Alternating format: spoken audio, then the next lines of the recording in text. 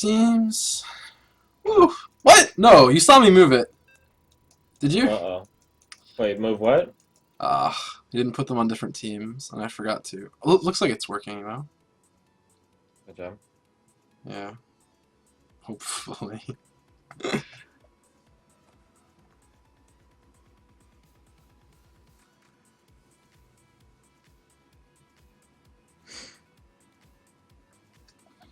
Hopefully.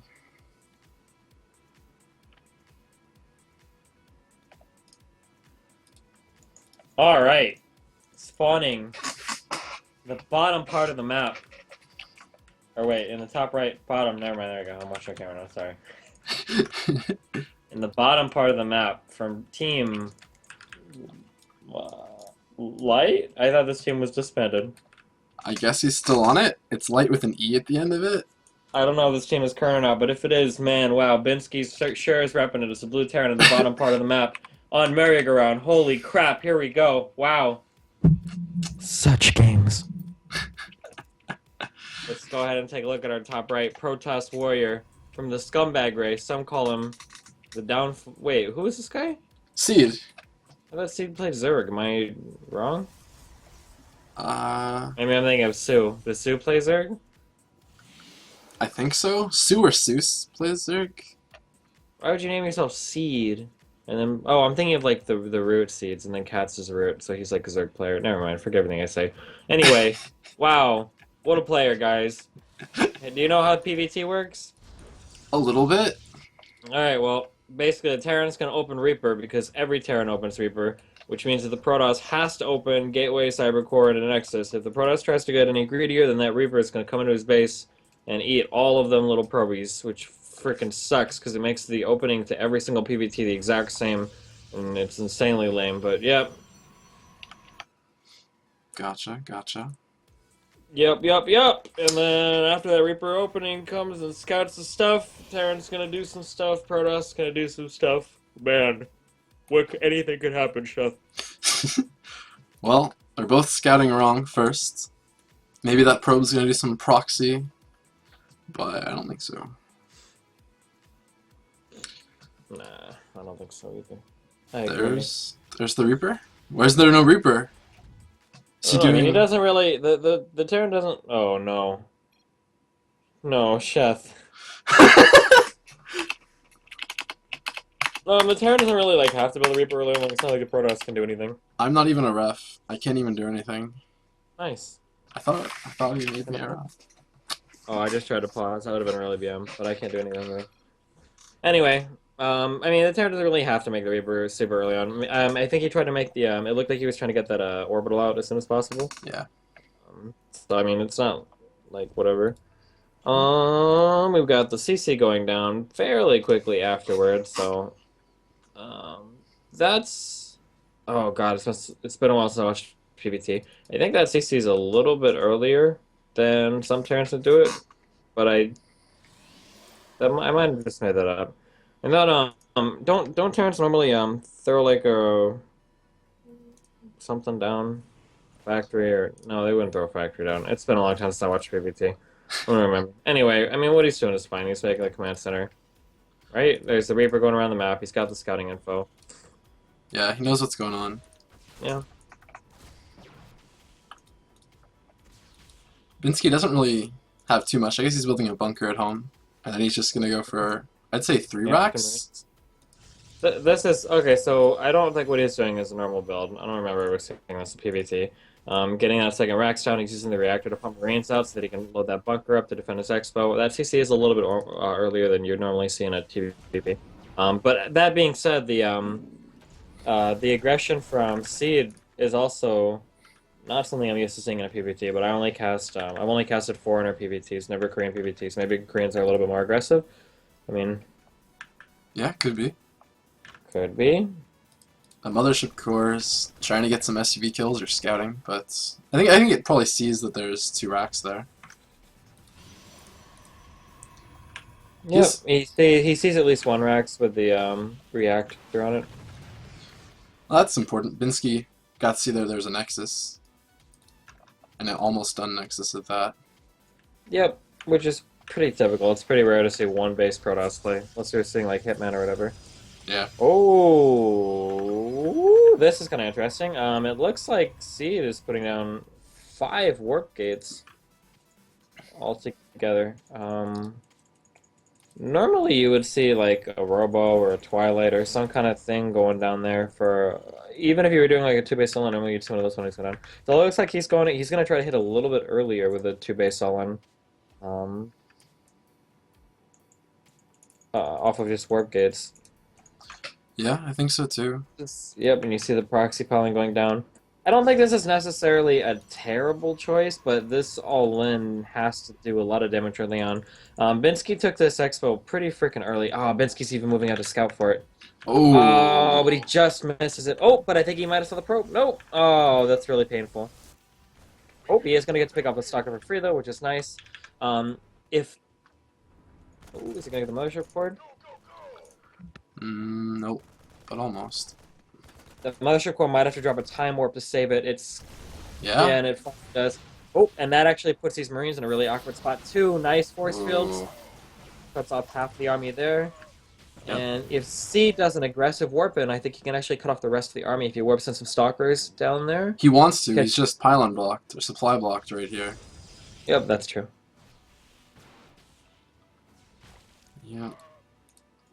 Now Binsky has to like. I think he's in trouble. Maybe. I mean, the question, has Binsky been mining that expo long enough for it to be worth it to defend this attack?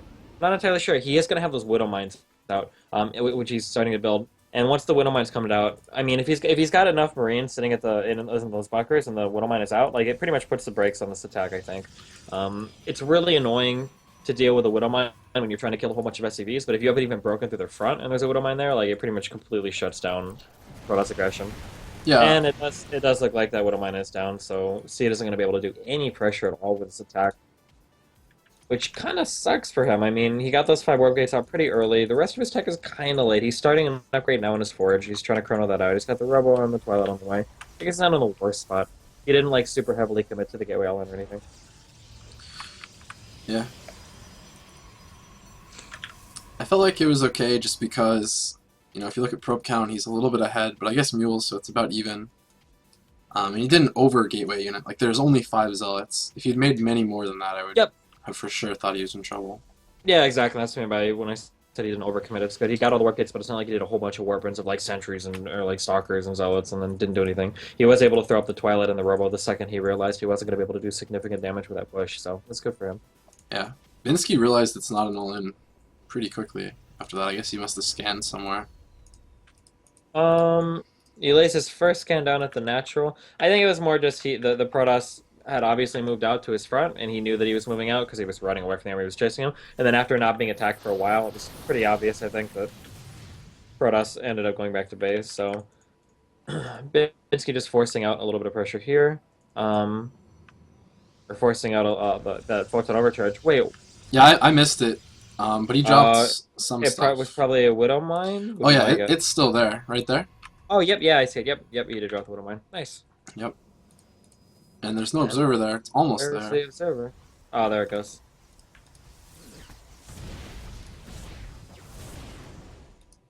Nice, so was able to force the photon overcharge to the main, was able to kill... I don't know if all 3 of those probes were probe kills?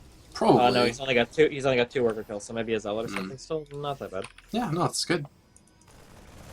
Oh, nice pylon pick up here, if he's able to get it, which it looks like he will. Yep, forcing out some force fields, the natural too, and then just getting away. It's pretty good.